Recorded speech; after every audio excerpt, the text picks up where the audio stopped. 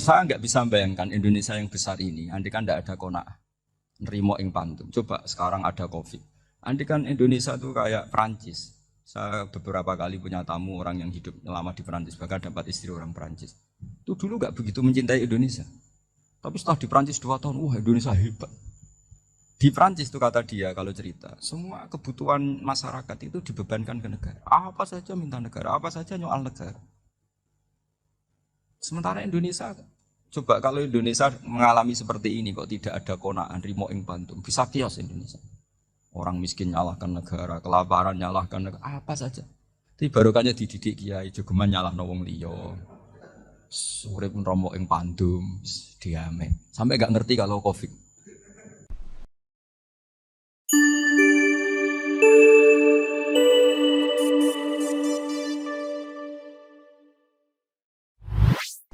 Al-Fatihah. Bismillahirrahmanirrahim. Ar-Rahmanirrahim. Surah Khairil Muhdim alaihim waladhdallin. Terus niki napa niati nggih dawuhe Mu'ad bin Jabal niku ta'alu bina nu'min sa'atan. Terus Mu'ad bin Jabal teng riwayat Bukhari sering dawuh, ayo rene moro aku, ayo do iman bareng-bareng. Dados ngaji kados ngeten iki termasuk nambahi napa? Iman. Saya punya komitmen terhadap agama ini. Baik tadi yang dikatakan Pak Rektor, ada unsur ulama, ada unsur habaib, ada unsur pengusaha, ada unsur birokrat. Di antara kenangan-kenangan saya dari Syekhina guru kita bersama Kiai Haji Maimun Zubair, beliau itu sering dawuh, sering ngendikan. Dan itu saya sampaikan juga ketika 7 hari wafatnya Agus Robah, cucu Mbah Maimun, putra Agus Subah. Di antara yang beliau katakan itu adalah sok hak agama itu sing gawe pegawai negeri. Itu berkali-kali beliau ngendikan gitu. Ya saya agak bantah. Nah, kalau santri, Bah, ya santri karuan mesti gawe agama, tapi sok ben sing gawe pegawai negeri. Setelah saya jadi kiai dan penelitian, saya itu berkali-kali didatangi dokter, tentara, juga polisi. Mereka sering bilang gini, Gus saya ini dokter negeri. Saya ke NTT, ke Papua, karena saya muslim, berkebutuhan Islam, maka dibikinkan musola, dibikinkan masjid. Kalau kiai tidak bisa, bikin sendiri urunan, mau narik siapa. Mau narik tarikan di jalan yang mau nyumbang siapa. Tapi kalau kebutuhan negara, karena tugas negara, ya difasilitasi negara dan tidak dianggap misionaris karena negara. Begitu juga di beberapa negara yang non-muslim kayak di Argentina, di Venezuela, itu ada masjid, ada kajian Islam ya karena duta besar. Dan itu aparat negara. Disinilah kearifan para ulama berkoalisi dengan umarok dengan makna yang positif bahwa agama ini harus ditopang umarok, sistem negara. Tentu di situ ada tentara, ada polisi, ada macam-macam. Kita sebagai kiai juga enggak berdaya di depan para bandar narkoba apa-apa kalau enggak ada BNN. Kita mau apa dengan korupsi kalau tidak ada KPK. Sehingga kearifan para guru-guru kita, mulai Mbah Maimun, bapak saya sendiri, NU, Muhammadiyah, semua ormas-ormas Islam itu pasti maulah kerjasama. Karena kita siapa ya?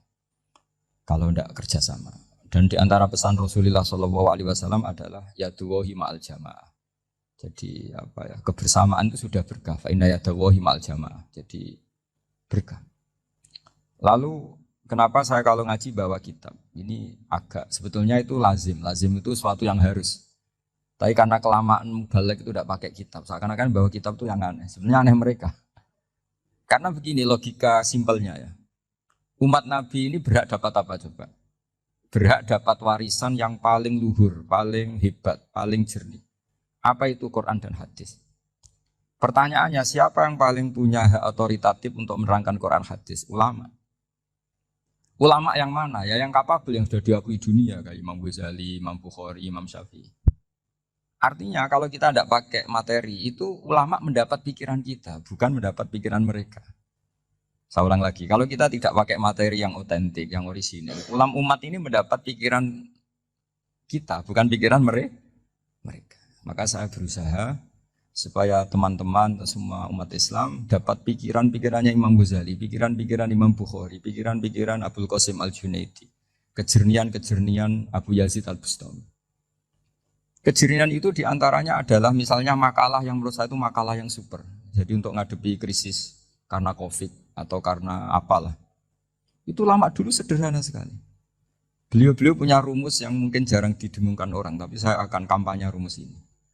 Al-istighna, hakikatul istighna, itu adalah al-istighna anis syai' labihi.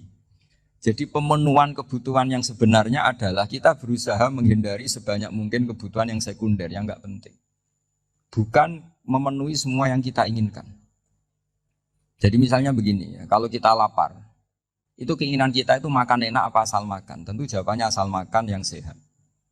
Tapi kalau nuruti nafsu kita, makannya yang enak, teman makan ya enak. Terus di warung yang favorit. Ini kan satu kebodohan. Kenapa untuk makan saja butuh definisi sekian banyak? Yang kita harus kecewa, warung favoritnya bisa sudah tutup. Atau kita ke sana harus macet. Ribet. Yang benar-benar arif dan bijaksana itu adalah al-istighna anis syai'. Sesuatu yang tidak mendesak itu jangan jadikan kebutuhan. Sehingga kalau kita puasa misalnya, semua makanan itu enak karena kita sangat lapar. Sehingga Abul Qasim Al-Junaidi ketika ditanya, ma'idamu to'am, lauk makanan itu apa? Jawabannya lucu, alju, lapar. Kalau kamu lapar ya semuanya enak. Ini sudah mulai hilang. Kita bilang makan enak itu ya sate, ya gulai, ya pizza yang kita senang. Akhirnya apa? Untuk nikmatnya Allah itu kita jadi ribet. Apalagi yang orang-orang fasik harus ditemani perempuan yang tidak halal misalnya, atau harus ada ajudan, ribet. Nah pertanyaannya, orang yang ribet sama yang nggak ribet itu pinter mana? Pinter yang nggak ribet. Nah ini kearifan-kearifan yang mulai hilang. Lalu siapa yang bisa mewarisi itu? Ya ulama. Jadi ulama itu cara berpikir sebenarnya simple. Makanya mereka sering kalau tahajud itu. Di antara makalah Sayyidina Ali paling terkenal dan yang menjadikan beliau punya derajat yang luar biasa itu adalah kafani izzan antakuna li robban wa kafani fakhron an akuna laka abdan. Ya Allah, saya ini sudah begitu mulia, begitu terhormat dan sangat-sangat terhormat. Karena yang menjadi Tuhan itu Engkau. Jadi rumus pertama itu karena menjadi Tuhan itu Engkau. Hanya Tuhan yang abadi, Tuhan yang pertama, hanya Tuhan yang al-awwal. Coba ya Allah, kalau saya ini punya Tuhan Fir'aun, punya Tuhan mati jadi tontonan lagi, itu kerennya di mana coba? Nanti kan kita punya Tuhan Fir'aun. Atau punya Tuhan yang asal-usulnya manusia, apapun hebatnya manusia itu, kita punya Tuhan manusia itu. Tuhan yang lapar, yang kalau nggak makan mungkin pingsan, mungkin bisa kena COVID. Nanti Tuhannya diisolasi. Kayak apa? Makanya ketika Tuhan Allah menyindir ketuhanan selain Allah itu, Allah hanya menyindir dengan kalimat sederhana. Karena yakulani to'am, yang kamu tuhankan itu masih makan. Hanya kalau nggak makan ya lemes. Jadi lama-lama ada orang gini, alhamdulillah tadi Tuhan mampir ke saya. Kelihatannya lapar, setelah tak kasih makan sehat lagi. Susah nggak punya Tuhan yang seperti itu. Beda dengan Tuhan kita. Tuhan yang nggak butuh makan, nggak butuh minum, al-qayyum. Zat yang berdiri sendiri tanpa butuh yang lain. Al-awwal. Sebelum ada langit bumi sudah ada Tuhan kita yaitu Allah. Bandingkan dengan Tuhan-Tuhan yang dipertuhan yang lain, yang adanya setelah bumi, misalnya Fir'aun dan sebagainya. Sehingga Sayyidina Ali pertama jadi kebanggaan apa? Kafani izzan antakuna li robban. Saya ini keren betul. Karena punya Tuhan yaitu Engkau. Tuhan yang lahul asma'ul husna. Tuhan yang semuanya punya kebaikan, punya keabadian, punya keagungan. Terus wa kafani fakhron an akuna laka abdan. Dan saya bangga sekali karena saya menjadi hambamu. Kalau saya jadi hambanya Pak Rektor ribet kan. Sudah tak hormati ternyata nanti tidak rektor. Ya kan ribet kan. Terus pokoknya ribet. Jadi budaknya manusia itu ribet. Makanya ada seorang wali datang ke temannya yang jadi presiden atau jadi raja. Datang ke situ karena tidak punya uang, mau minta uang karena temannya raja. Setelah sampai sana ternyata temannya ini karena orang soleh pas berdoa, ya Allah saya minta ini, minta ini, minta ini. Terus si wali tadi pulang. Kenapa kamu pulang? Ternyata dia sama, masih minta-minta kayak saya. Jadi sederhana deh. Sama-sama minta kamu, minta zat yang kamu mintain. Katanya. Jadi dulu itu orang itu sebegitu dekat dengan Allah. Sehingga si raja ini terus ketemu wali tadi tanya, kenapa kamu menyepelekan saya? Padahal sekarang saya raja. Ditanya sama wali tadi, karena temannya. Kalau kamu di padang pasir tidak bisa minum, dan harus minum 1 gelas, dengan ongkos kamu harus mengasihkan semua kerajaan kamu demi minuman itu. Pilih mana, minuman apa tetap jadi raja? Ya saya milih bisa minum. Saya tidak raja tetap hidup, tapi kalau nggak minum mati. Bagaimana Anda bangga dengan satu kerajaan sing la yusawi kak samain, yang tidak sama dengan segelas air. Jadi artinya terus mereka melihat jadi raja itu ya biasa, jadi presiden biasa, jadi rektor biasa. Karena mereka biasa berlogika, hakikatul izzah itu ya taqarrub ila Allah, yang benar-benar terhormat itu ya dekat dengan Allah. Begitu seterusnya mereka bikin paradok-paradok yang aneh, tapi itu menjadi pelajaran. Bapak saya, Kiai Nur Salim itu senang baca anekdot Nasiruddin Koja. Itu kalau bikin orang-orang aneh, itu dia datang ke satu pesta, pakai baju lusuh, pakai sarung lusuh atau celana lusuh, sama Sohibul Bait yang punya acara dibiarin. Setelah dibiarin dia pulang pakai jas, pakai dasi, pokoknya keren. Dihormatin, pakai alpat, pokoknya dihormatin. Silakan. Pas dia disuruh minum, minumannya itu disokkan saja ke sakunya. Jas, kamu harus minum yang banyak, karena kamu yang dihormati, bukan saya. Terus makanan semuanya diletakkan di saku, ada nggak? Ayo kamu makan yang banyak. Alpatnya juga gitu, dikasih sate. Ayo kamu makan yang banyak.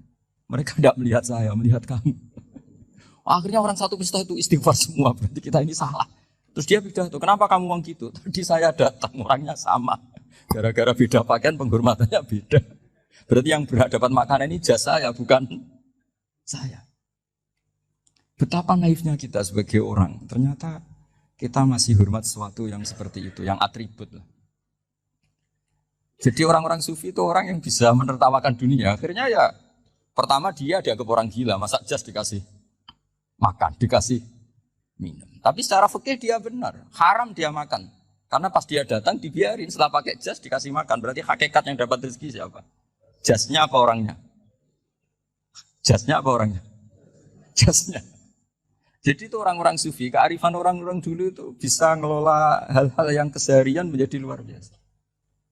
Ada seorang wali melihat istrinya makan 1 piring, anaknya makan 1 piring. Ditanya, kalian kenyang? Wah kenyang sekali. Melihat anaknya minum kopi 1 cingkir senang, kalian senang sekali. Wah kalau senang dengan hal-hal yang murah bisa, ngapain harus senang dengan hal-hal yang mewah? Bodoh sekali saya. Sehingga terus mereka bisa qanaah. Qanaah itu ya hidup itu simpel, sederhana. Jadi tentu saya tidak akan ngomong yang muluk-muluk, selain itu tidak bidang saya juga apa ya. Kita ini butuh obat di kondisi Covid seperti ini, butuh kesederhanaan, butuh apa ya? Istighna tadi. Kita harus istighna billah an ghairillah. Jadi sudah cukup bahwa Allah ini segalanya. Sehingga tadi saya dengarin himnenya Unisula, yang paling saya kagum adalah dimulai dengan kalimat-kalimat thayyibah. Di antara tugas suci Nabi Ibrahim dan semua Nabi adalah wa ja'alaha kalimatam baqiyatan fi aqibi. Nabi Ibrahim itu Nabi yang diberi gelar Allah. Dia adalah Nabi yang menjadikan kalimat tauhid itu kalimat yang abadi. Fi aqibi, di anak turunnya, di semua generasinya, baik anak turun karena gen maupun karena pembinaan, karena pendidikan. Ini penting sekali saya utarakan karena apa? Satu kehidupan itu sebenarnya digerakkan oleh kata-kata, oleh moto kalau orang bahasa modern. Sehingga banyak ulama mengatakan al-ibarat qutun li'ailatil mustami'in, bahwa redaksi atau moto atau pegangan hidup itu penggerak kehidupan. Sehingga sebetulnya manusia itu digerakkan oleh kalimah-kalimah itu, oleh moto-moto itu, oleh prinsip-prinsip hidup itu. Misalnya orang Palestina itu tiap hari ke pasar, gitu. Mereka ke laut, gitu. Ditanya, kenapa tidak takut tembak Israel? Jawabannya lucu. Kena tembak ya mati, nggak makan ya mati, nggak kerja ya mati. Ya sudah, sama-sama mati ya mendingan aktivitas normal. Tapi saya tidak menyarankan itu untuk melawan Covid. Ini cerita saja. Kamu jangan provokator itu. Karena ini wilayah sensitif. Jadi banyak orang yang poligami. Kalau ditanya alasannya gitu. Istri 1 ya cerewet, 2 ya cerewet, mendingan 4. Ya banyak ya gitu. Tapi ada yang kebalikan. Istri 1 cerewet saja hampir jantungan. Apalagi 4. Tinggal matinya kan gitu. Itu semua yang menggerakkan itu kalimat. Kalimat itu satu pegangan. Banyak orang loh yang nggak ingin jadi rektor tuh banyak loh Pak Bejo. Jangan kira semua dosen ingin jadi rektor. Melihat rektor sibuk rapat mempertahankan reputasi Unisula atau sering pegang kepala. Ngapain repot-repot? Jadi tukang sapu aja dapat gaji, ngopi, rokokan selesai. Bodoh amat jadi rektor, mikir orang banyak. Banyak loh orang yang nggak ingin jadi presiden tuh banyak. Karena ngopi nyaman, nggak ada yang ganggu. Mau tidur sampai jam 9 siang juga nggak ada yang ganggu. Sehingga mereka melihat pegawai negeri itu gak keren, orang kok diatur jam, disiplin. Itu memang cara Allah membagi rahmat. Mau kamu apakan coba? Cara syukurnya dia seperti itu. Bapak saya dulu tuh sering ngajarin saya, diajak jalan-jalan pagi-pagi. Melihat orang ngopi, makan uduk, itu bapak seneng. Kok enak jadi wong awam. Ngene esuk-esuk nyemak bocah kesel kabeh kono enak ngopi, rokokan. Bapak kadang iri sama orang awam itu iri. Sudah gitu berharap masuk surga kan enak, sudah gitu. Tahu-tahu mati, tidak tahu ke surga apa ke neraka, tidak tahu. Jadi, nah orang dulu itu orang yang bisa mensederhanakan dunia. Sehingga ya sudah, cara bahagia. Makanya saya, alhamdulillah saya ini kerjasama sama UII, sama beberapa kampus. Memang amdan itu sengaja. Kampus itu ya punya sistem yang nggak bisa mewakili sistem kiai. Kiai juga punya sistem yang nggak terwakili oleh kampus, juga sebaliknya, saling melengkapi. Saya sering ketemu rektor UII, rektor kampus-kampus Islam. Mereka cerita, Gus pendidikan pondok harusnya dimodernkan gini-gini. Saya bilang, kalau pondok modern kayak kampus, itu nanti saya ketemu Allah tidak bisa jawab. Kenapa Gus? Saya beri contoh gini. Kalau misalnya perempuan perawan lah atau apa saja, namanya perempuan. Mau tanya tentang menstruasi atau haid. Kalau semuanya sistem kampus, dia harus kuliah dulu. Registrasi dulu, kuliah dulu, bayar dulu. Dan dapat jawabannya nunggu mata kuliah pas itu. Bandingkan kalau sistem pondok, saya tuh sering ke pasar sama anak saya dicegat sama ibu-ibu. Gus, anak saya ngalami gini-gini, keluar darah terus menerus, gak 6 hari tapi 1 bulan penuh. Itu hukumnya apa Gus ya? Nanti saya mau sowan ke jenengan. Enggak usah sowan di sini aja. Ya sudah, sebelum mengeluarkan darah yang rutin seperti itu biasanya haidnya berapa hari? 6 hari ya sudah ikut yang 6 hari, yang lainnya istighatsah. Ngoten tok Gus, ya udah ya. Begitu terus di masalah udhiyah. Ya coba kalau semuanya pakai sistem kampus, daftar dulu, bayar dulu. Jadi ini nggak ada jawabannya, nunggu mata kuliah itu. Baru dapat jawaban, itu biasa nggak sholat bertahun-tahun karena belum ada jawaban tentang itu. Ya itu kalau misalnya orang mati, tahunya cara memulasara jenazah itu nunggu kuliah dulu, pas mata pelajaran itu dulu, baru menangani orang mati. Berarti orang mati itu tergeletak semua. Tapi kalau kiai kan enggak. Kesini orang mati terbakar. Kalau dimandiin malah badannya copot-copot, itu gimana hukumnya? Ini ada orang mati Gus Kendat, ini disolati apa enggak?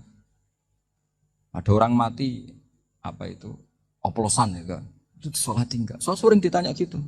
Enggak usah registrasi Pak Rektor. Enggak usah registrasi, enggak usah daftar, enggak usah seminar. Makanya kalau orang kampus manikia itu ya kualat tenan itu karena ini yang on time. Tapi pondok seperti saya ya ikrar seikrar-ikrarnya pentingnya kampus karena melatih efisiensi waktu, disiplin, tata kelola manajemen sehingga kita ya hormat. Tapi tadi kita harus saling melengkapi sehingga saya tunjukkan ke publik bahwa saya hormat sekali sama polisi, sama tentara.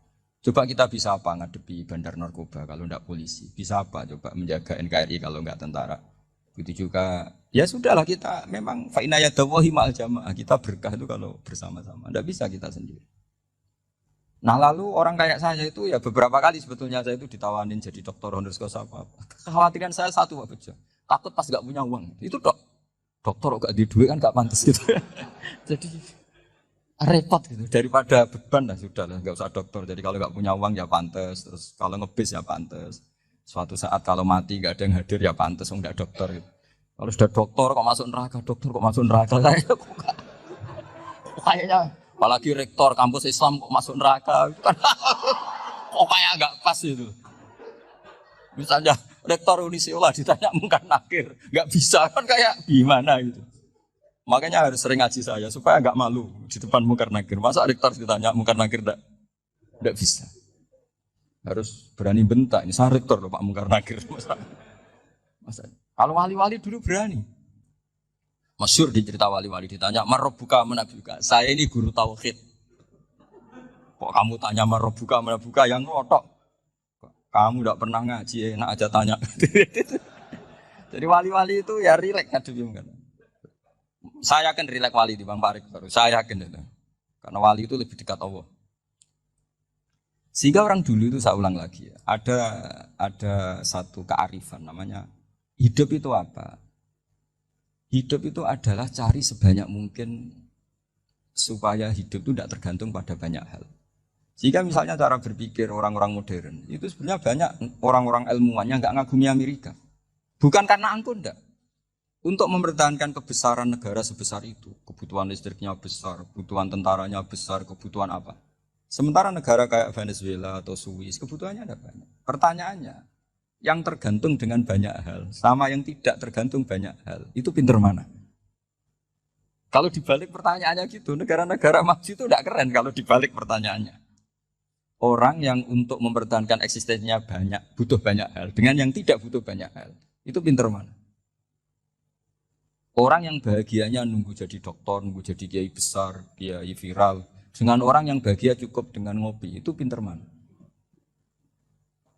Tapi kalau dibalik pertanyaannya, orang yang tahunya nikmat hanya kopi, dengan nikmat yang banyak, pinter mana? Makanya Mbah Mun tuh kalau guyon itu lucu. Aku ikut saake, ambil desa sing mlebu swarga. Saya dulu eskam mlebu swarga kok disakeni. Akhirnya beliau memberi penjelasan.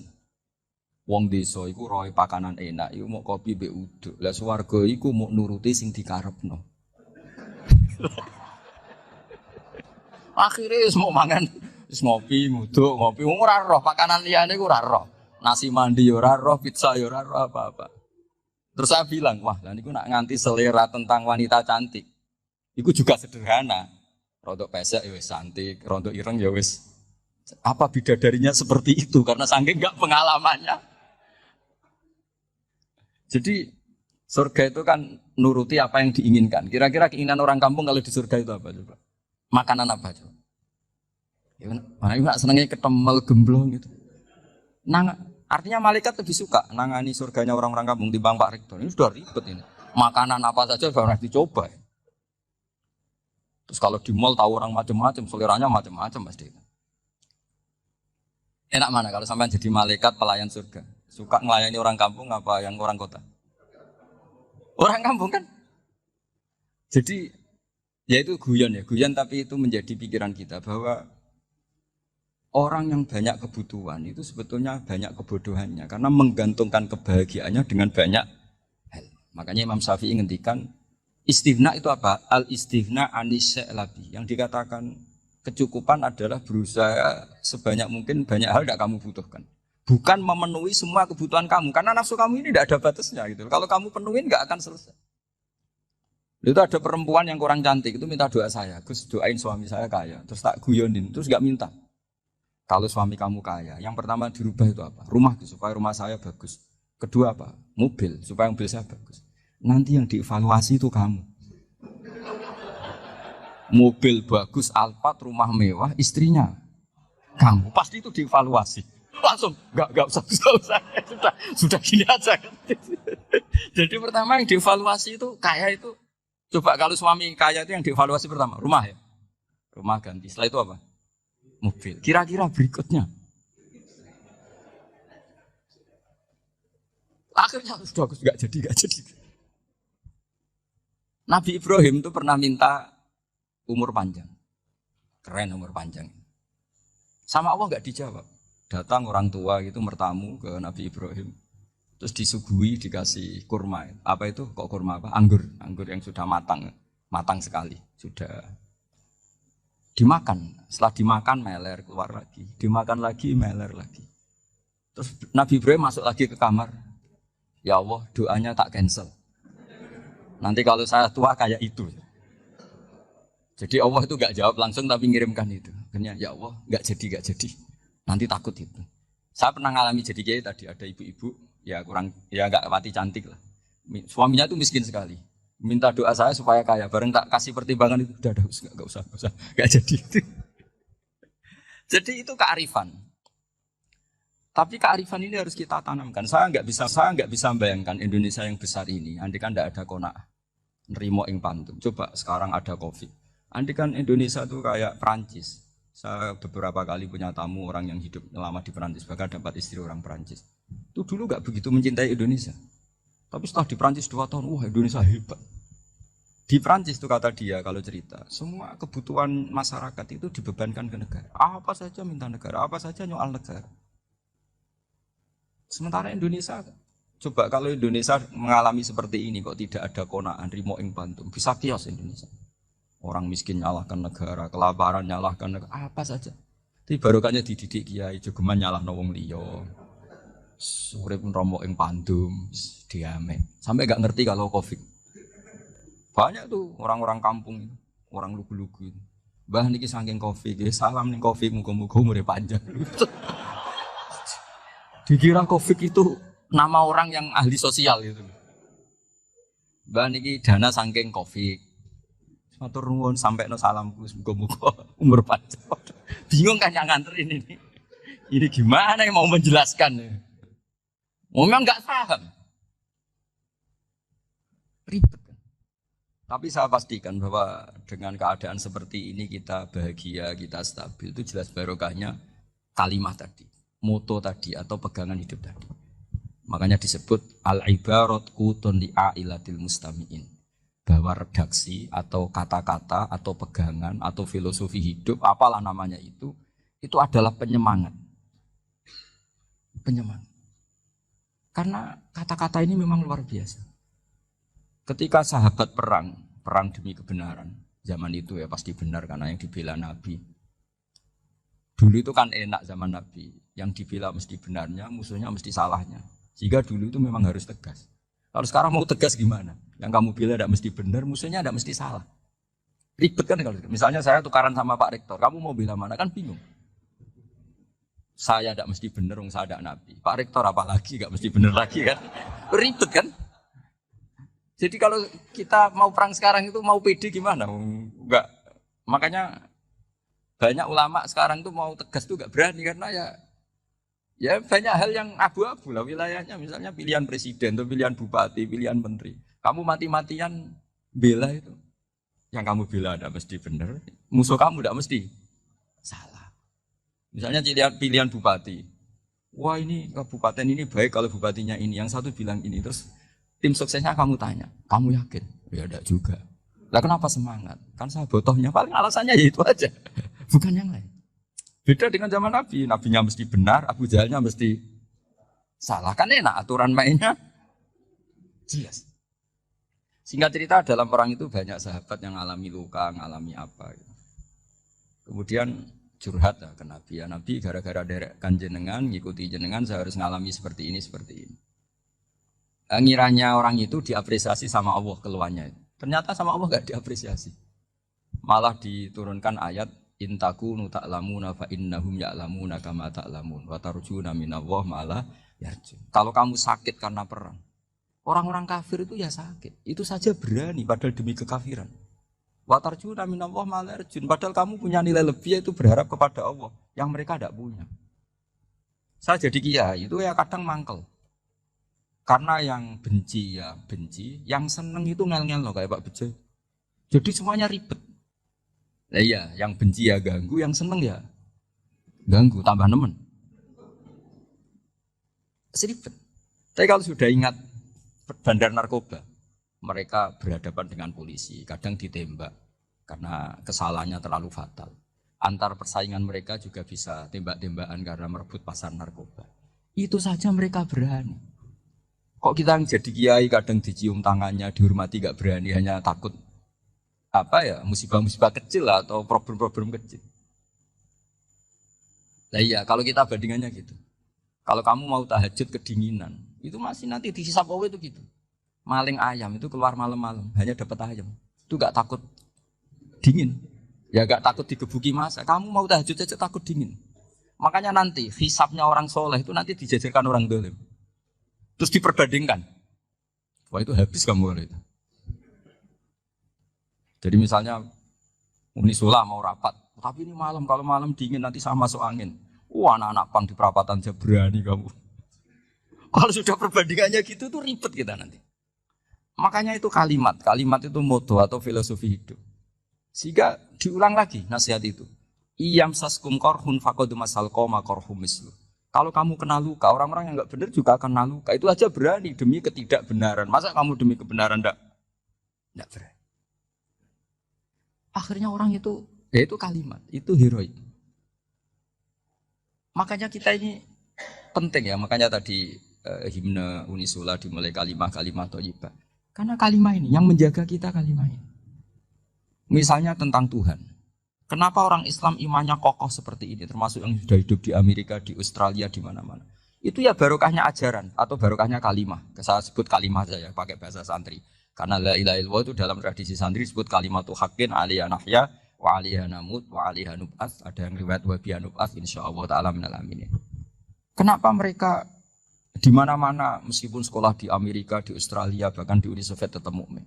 Itu barokahnya ajaran yang benar. Allah itu siapa? Tuhan. Tuhan itu sifat dasarnya apa? Awal. Dia harus wujud awal sebelum makhluk yang lain. Sehingga ketika ada negara yang maju, yang tertib, manajemennya tertib, masyarakatnya makmur.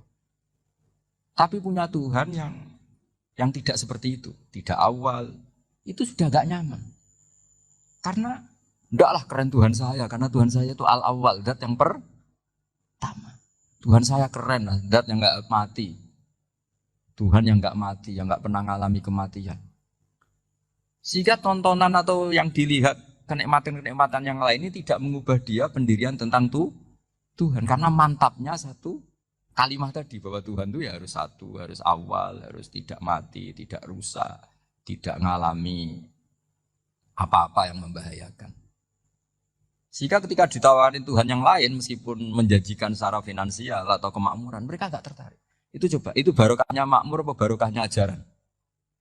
Barokahnya ajaran, sering negara Islam itu kalah makmur dengan mereka. Tapi barokahnya ajaran ini tetap apa?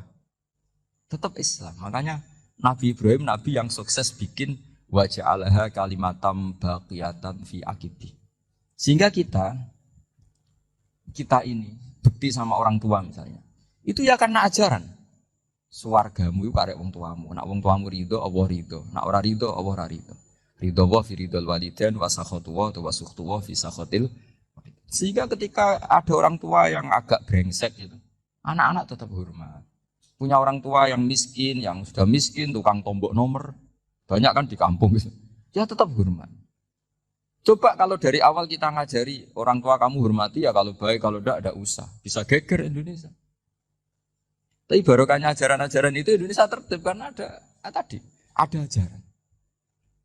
Nah ini di sini pesantren dan Unisula semua harus berkontribusi membuat ajaran yang benar itu adalah ciri utama Islam. Sehingga Islam ini dimulai dengan ajaran kalimatu haqqin alaiha nahya wa alaiha namut.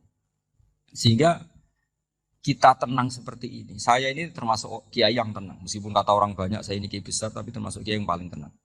Termasuk yang paling tenang. Karena saya ini pakai mazhab orang-orang hebat. Saya berkali-kali cerita, orang kayak Imam Syafi'i itu orang yang luar biasa. Saya berkali-kali cerita, orang yang tadi nyium tangan kamu ya Imam Syafi'i di belakang tuh ngerasani kamu, menghujat kamu. Jawabannya enak saja. Berarti saya alhamdulillah orang yang wibawa. Buktinya di depan saya nggak berani. Jadi enteng saja. Diceritain sebagian kampung, sebagian separuh dari warga kamu itu nggak suka kamu. Ya bagus lah nggak suka saya, nggak akan utang duit saya.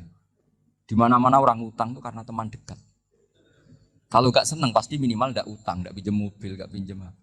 Berkah mana yang seneng sama yang gede? Jadi dianggap enteng saja. Semua yang dialamin dianggap enteng saja. Misalnya punya istri pemarah, ya bagus lah marahin suami. Kalau marahin tonggo malah ribet. Jadi kamu harus terima kasih kalau dimarahin istri. Bagus lah marahin saya mah, kalau marahin tonggo ribet. Jadi enteng saja. Tapi kita sekarang itu karena nafsu ya, sehingga menghadapi hidup ini ribet. Ulama dulu kalau mau mati itu senangnya bukan main. Sudah lama saya ini ingin nggak maksiat. Kayaknya nggak maksiat paling efektif itu mati. Ya tidak apa-apa Gusti, kalau sebaiknya mati ya mati aja. Enteng saja. Jadi melihat kematian itu akhir dari segala keburukan atau potensi keburukan. Apapun baik kita sekarang, suatu saat mungkin kita nggak baik. Yang bisa menghentikan ketidakbaikan atau potensi ketidakbaikan itu apa coba? Mati kan? Berarti mati itu mengerikan apa menyenangkan? Mesti kamu tidak berani menjawab. Meskipun secara ilmu kamu berani, tapi secara rasa agak berani kan? Saya ulang lagi ya. Yang bisa menghentikan keburukan atau potensi keburukan. Itu apa coba? Apa? Kematian. Berarti kematian itu menyenangkan atau menyusahkan? Apapun kamu tidak berani jawab karena kamu agak-agak duniawi itu kelihatannya. Tapi secara ilmu, kamu tahu kan kalau mati itu tidak buruk-buruk banget. Karena apa? Itu akhir dari segala keburukan. Sehingga Nabi ngajarkan kalimat itu begitu luar biasa. Allahumma ahyini makanatil hayatu khairan li wa tawaffani makanatil wafatu khairan li. Nabi melihat dunia itu begitu indah. Ya Allah, kalau saya ini hidup, anggap saja hidup ini ziyadatan li fi kulli khairin, menjadi modal saya menambah segala kebaikan. Jika suatu saat saya mati, anggap mawon rohatan li min kulli syarrin, itu akhir dari segala keburukan saya. Sehingga mati hidup ya baik karena di situ kita bisa berkontribusi beramal soleh. Mati juga baik karena mengakhiri segala keburukan. Nabi nate ngendikan lagi, ajaban li amril mukmini inna amrohu kullahu khair. Orang mukmin itu mengagumkan, semuanya baik. In asobathu na'ma syakara fakana khairun lah. Kalau baru dapat nikmat, dia syukur. Maka itu baik. Wa in asobatu dharra sabara. Kalau dapat masalah mereka sabar, itu juga baik. Sehingga orang mukmin dua sisinya pasti baik. Itu juga kalimat, maksudnya moto atau pegangan hidup. Nah berikut ini saya beri contoh, ini kenangan saya, ini contoh terakhir. Masalah jadi orang terkenal maupun tidak.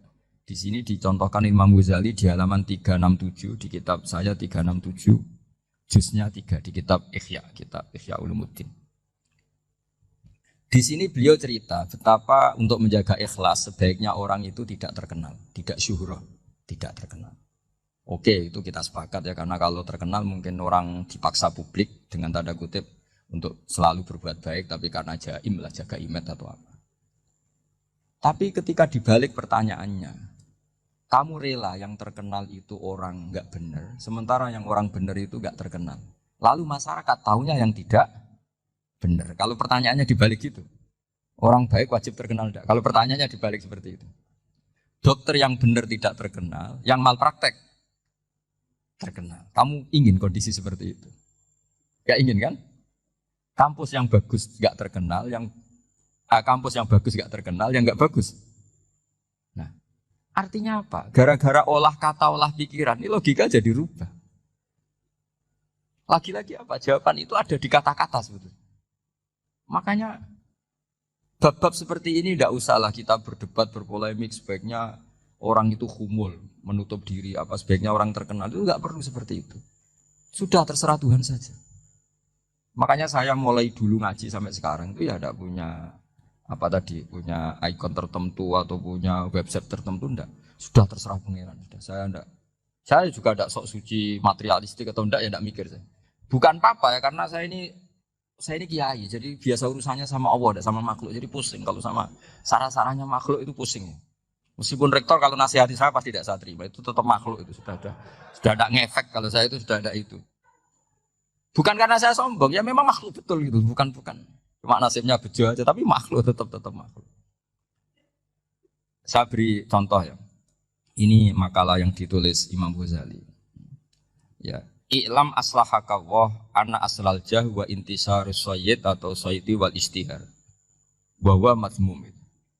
Balil mahmudu al-khumulu illa man saharahu wa ta'ala linasri dini min ghairi takallufi talabi syuhrati minhu.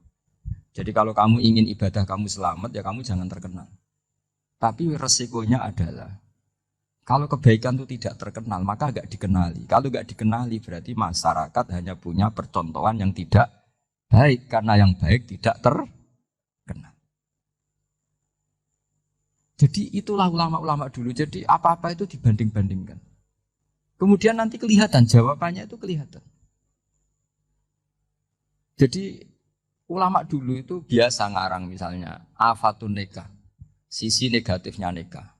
Harus ngurmat istri, harus macam-macam, kalau terlantar itu ya dosa. Seperti tadi Pak Marsudi cerita, Kalau orang ngapalkan Quran itu takut lupa. Kalau lupa itu jadi dosa. Pertanyaannya, kalau semua orang takut lupa, takut dosa, semua orang nggak hafal Quran. Karena potongan-potongan lupa. Cara berpikir tidak seperti itu. Kalau berpikir ya namanya hafalan ya inginnya hafal. Kan nggak ingin lupa. Nah nanti kalau takdirnya lupa karena hal-hal yang dimaklumi oleh syariat itu nggak yang termasuk dosa. Yang dosa itu lupa iwiri udrin syar'iyin, lupa yang tidak ada sebab yang apa? Syar'i. Tapi lupa bawaan EQ-nya tidak bagus. Lupa bawaan sering dibentak. Oh itu nggak masalah karena bawaannya orang tertekan itu ya lupa. Coba kamu hafal Quran. Terus punya kredit jatuh tempo. Pas hari itu aku yakin nggak cerdas sudah. Itu bawaannya orang tertekan itu pasti lupa. Jadi ya saya teruskan ya. Jadi terus ada makalah yang sangat bagus sekali tentang itu. Saya baca ya. Wa yadullu ala dzalika anna Allah azza wa jalla amaral anbiya'a bi idharil amali lil iktida wa khassahum bi mansibin nubuwah. Wala yajuzu ayyudhunna bihim annahum khurrimu afdhalal amalen. Jadi orang yang terlalu mendewa-dewakan khumul itu menutup diri. Oke itu baik karena dengan khumul, dengan menutup diri Anda tidak riya, Anda tidak pamer. Tapi kata Imam Ghazali, kamu juga harus ingat di antara syaratnya Nabi itu harus mengumumkan kalau beliau itu seorang Nabi. Harus memaklumatkan kalau beliau seorang Nabi supaya bisa diikuti. Caranya sholat harus diumumkan. Sehingga Nabi itu mengatakan harus jamaah. Karena dengan cara jamaah itu bisa solu kama ra'aitumuni usolli. Coba kalau Nabi sholatnya nggak diperlihatkan, kamu harus sholat yang benar. Caranya gimana ya Rasulullah? Itu rahasia. Bingung nggak kira-kira? Bingung nggak? Ya misalnya amal rahasia selalu lebih baik. Terus ada pertanyaan.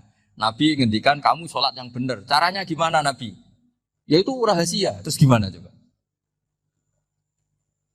Tapi Nabi ngendikan apa? Shollu kama ra'aitumuni usolli. Ya sudah kamu sholat, niru saya sholat. Berarti Nabi sholatnya diperlihatkan apa disembunyikan? Diperlihatkan. Jadi begitu juga saya berkali-kali bilang. Orang tahu kalau itu bidan ya berdasar tulisan itu bidan. Tahu kalau itu dokter gigi ya itu dokter gigi. Jangan sampai gara-gara tidak ada tulisan mau beli alat bangunan di dokter gigi. Mau periksa gigi di toko bangunan. Gara-gara apa? Nggak ada maklumat. Nah, di sini ulama-ulama selalu memaklumatkan dirinya.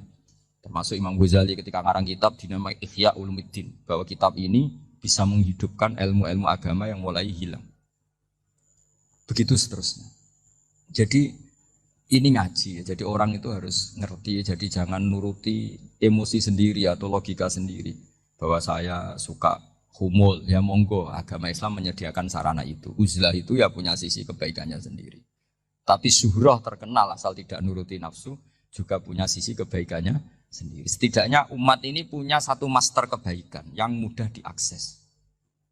Tapi tadi saya ulang lagi, jangan karena hadun nafsi, jangan karena kepentingan pribadi. Makanya di sini disebutkan wa yadullu ala dzalika ala syuhrah anna Allah taala amarul anbiya bi dzaril amal lil iktida. Allah selalu memerintahkan para nabi kalau ngamal kebaikan ya harus dimunculkan supaya bisa ditiru. Yaitu tadi kita tidak bisa bayangkan kan kalau misalnya Nabi menyuruh kamu harus sholat yang benar, kemudian sholatnya Nabi sembunyi. Kalau ditanya, Nabi saya niru siapa? Oh itu rahasia, kamu nggak boleh lihat sholat saya takut tidak ikhlas. Ribet kan? Sehingga jamaah itu statusnya tetap harus. Nah bedanya harus ini ulama berpendapat harus yang apa? Fardu kifayah. Tapi fardu itu maknanya harus.